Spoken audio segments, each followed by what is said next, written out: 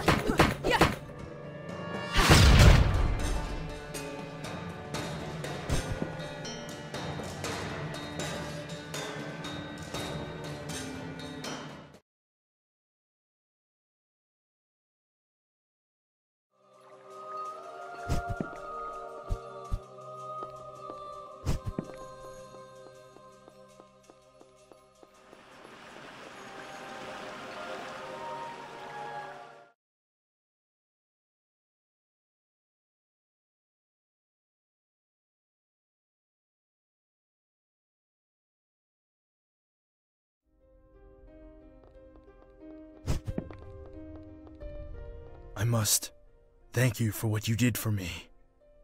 I was confused when I was locked in that place. Once upon a time, my name was Gaudemus, but it's probably more appropriate to say that I am just the memory of him, created by Nazgul. In a part of his mind, I committed the sin of surpassing him, and I needed to be punished for that.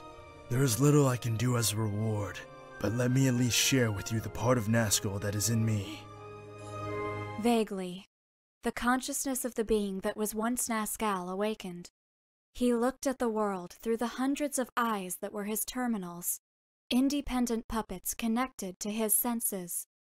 The entity had witnessed the passage of time with a perspective that only immortality could grant, and was satisfied with the outcome. The only thing that he came to regret was the death of Gaudemus, who passed away before he could see how his legend was surpassed. However, in the end, that didn't really matter either. It was the fate of all those beings who were unable to reach Nazgul's heights. More than 200 years ago, he was forced to flee from the continent, chased by the Inquisition when his true nature was discovered. From that moment on, he traveled from one place to another, until he made his residence in the lost civilizations of the depths of the jungle, since he found their old creative techniques interesting.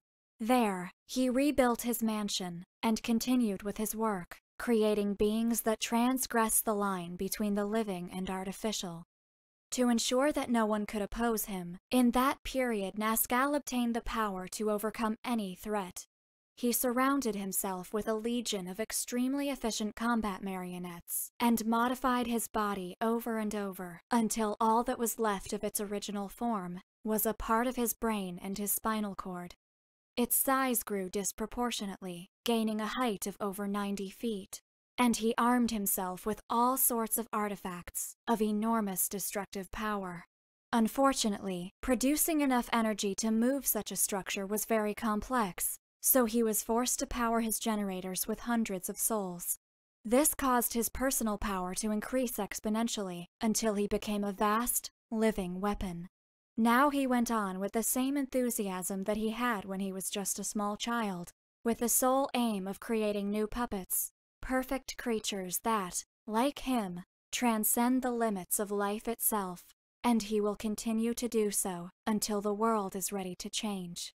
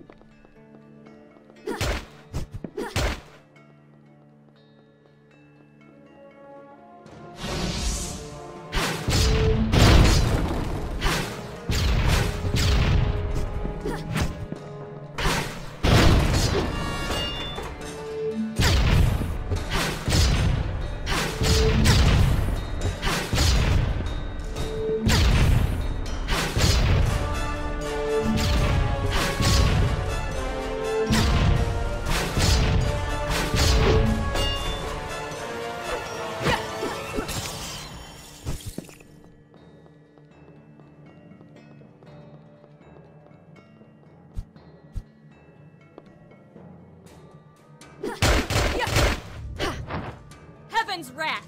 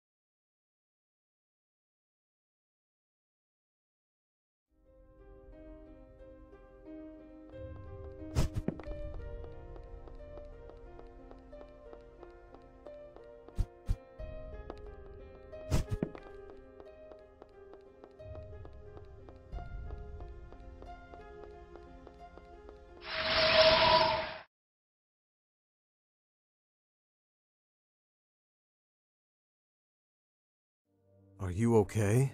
This feeling. It's the same as when we were pulled into this place for the first time. Look around. If this tower is really made of memories, then this land doesn't belong to anyone. But somehow, I'm not calmer for it. Be careful. I heard your voice. In the silence. In the void. It is you who has called me? Again. Who am I? I am life.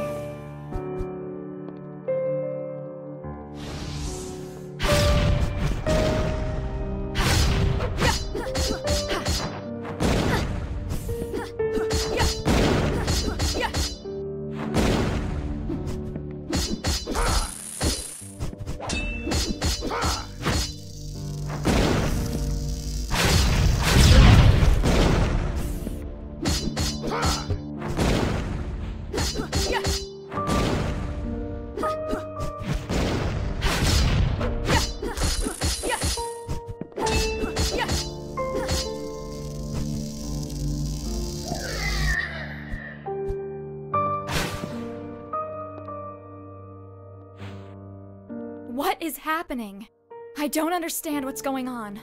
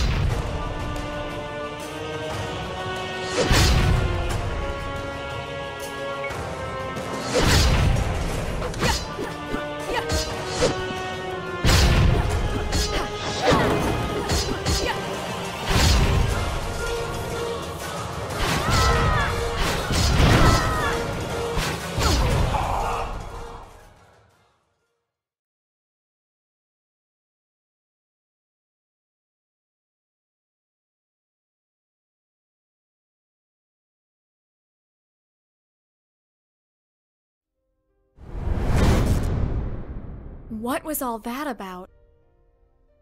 Even I can't tell you. Be careful. We are missing something. Anyway, the important thing is that we are on the upper floors. Let's look around here.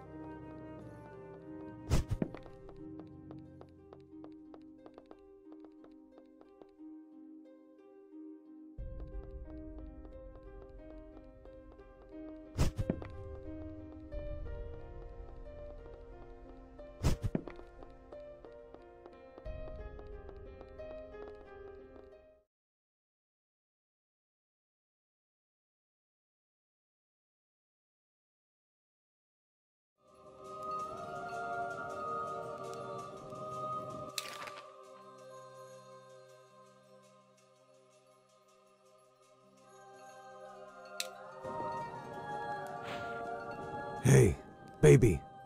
What? Do you think that I technically count as an audiobook? Do you?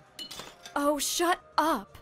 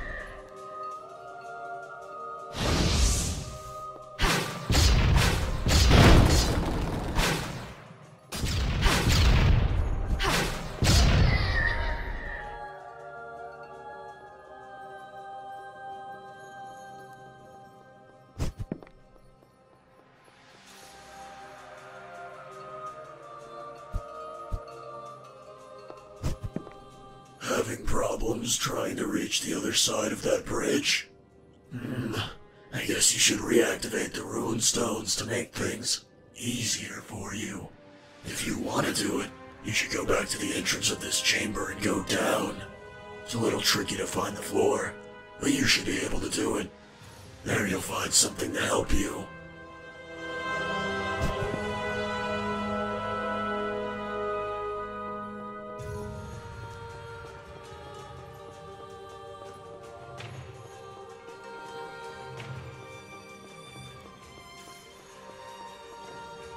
The floor I was talking about is just beneath us.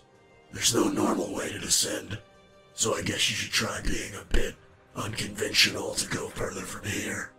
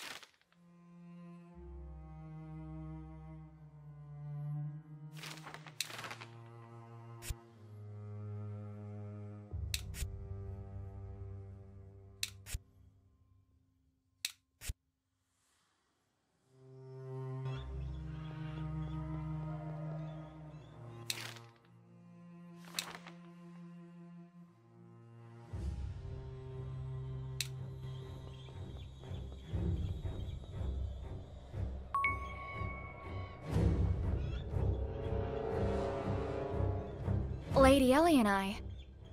Hi, bearer of the annoying book. I'm glad to see you again, safe and sound. How are you, Ellie? The last time we saw you, you seemed to be in some kind of trouble. Worried? No, I know how difficult you are to kill firsthand. And everyone knows that it took a manifestation of hell itself just to knock you out for a while. Lady Ellie and I. Lord Romeo Exet was able to contact us. We have our orders. All our forces are outside, while we need to destroy certain creatures. Little Romeo is involved too. This is as serious as I thought. He thinks that it is the prophecy, right? The one that my sister foretold. The messengers of the end. If that's the case, it means that once all of them are reunited, it would trigger the end of the world. But something is wrong. I feel it. I will try to talk with Romeo, if I'm able to manifest myself outside. Why are you in this place? Honestly, I have no idea. My manifestations are too chaotic. I can't even move freely around here. I'm limited to stay in some rooms. Once I've regained enough strength, I will manifest again in the center of the core room, and from there, I will try to explore other places to see what I can discover. If you need something, I will be there from now on.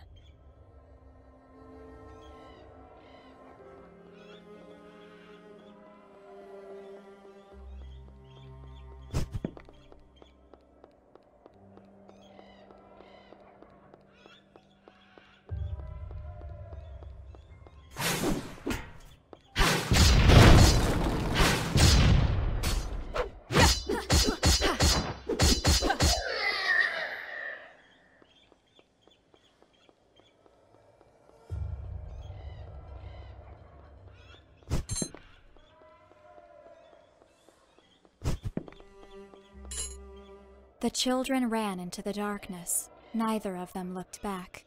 Even if they didn't understand what was happening, both knew that they should not stop running. They were just kids who had the misfortune of being born into war-torn times. The little girl, completely terrified, was trembling, and her older brother held her hand tightly. He would not let it go for anything in the world. Plunged into darkness, both continued to advance through the rubble for what seemed like hours. When they reached the top of the hills, the first rays of sun began to illuminate the dark horizon, showing a nightmarish vision. Everything around them was completely destroyed, and thousands of bodies were scattered as far as the eye could see. And then, for the first time in his life, the boy heard them. The broken cries of thousands of people began to rise from the silence. A terrible and agonizing sound, as if the whole world were shaking with terror.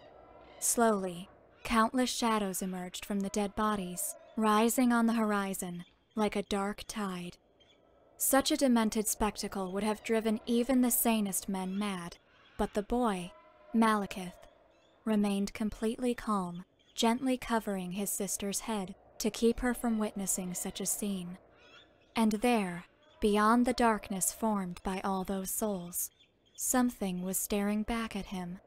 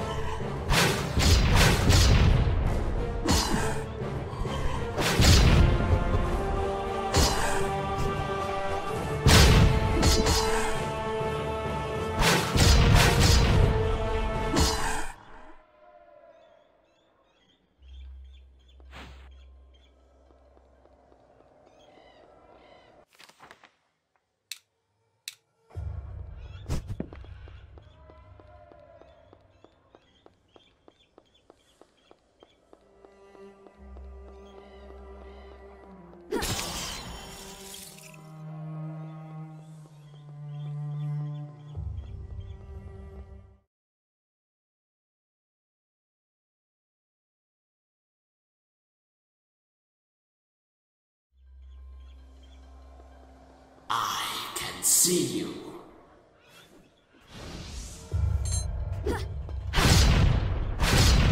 Nowhere, Ergo.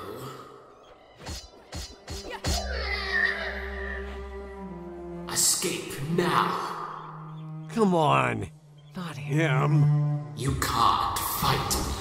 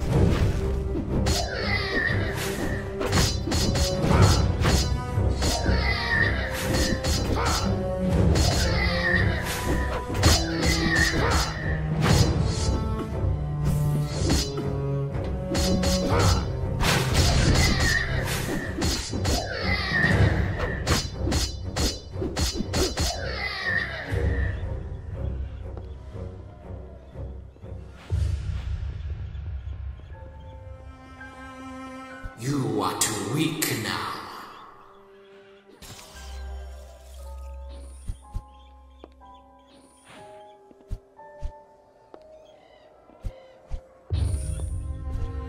Let me show you.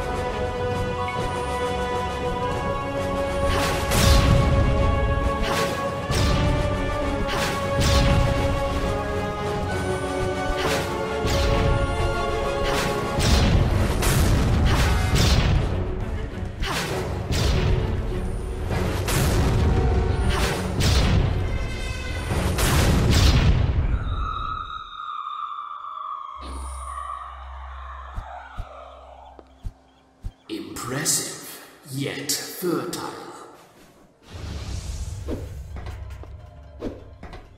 You can't win, Ergo.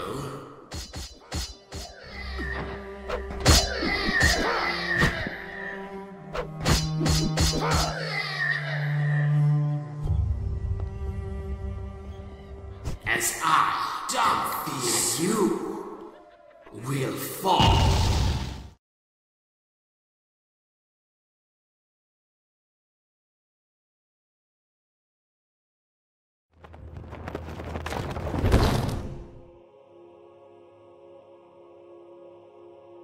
That really hurt. Look on the bright side. You aren't unconscious. This time. You think you're funny? Hate to break it to you, but you're just a sad monster, not a comedian. Do you know what the hell that was? That guy. His name is Malekith, the Lord of Nightmares. I know him. This is going to be a real pain in the ass. His power is first rate. You should be careful. Don't treat him like the others. Whatever. There's no turning back now.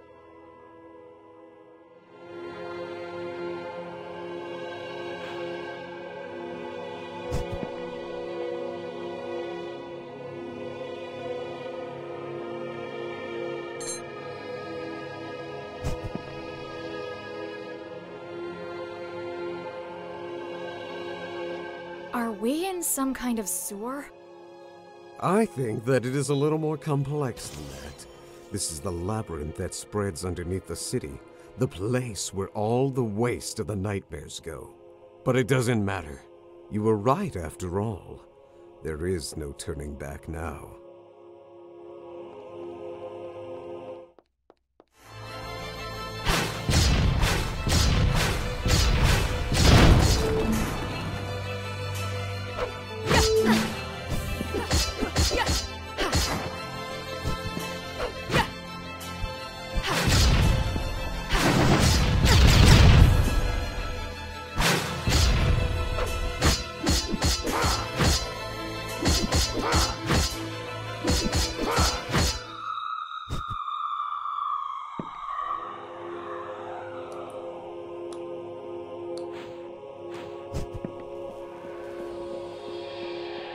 What was that? Did you see it?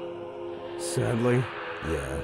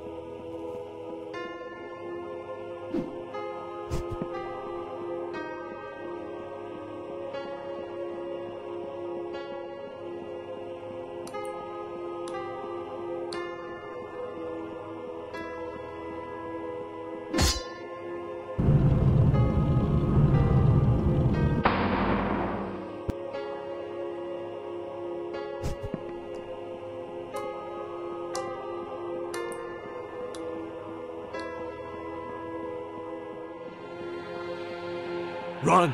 Go back to the light!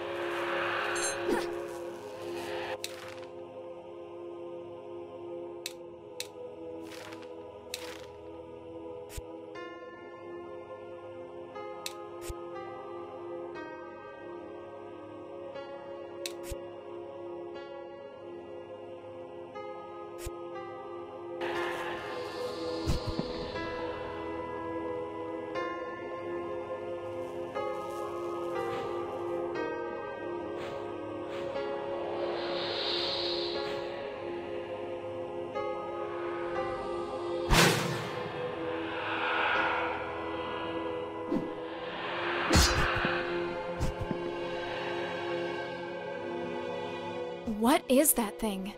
That huge mass of darkness. That's a fragment of Malekith, a guardian made by a shard of his conscience. In this place, he is like a god. We can't fight him here.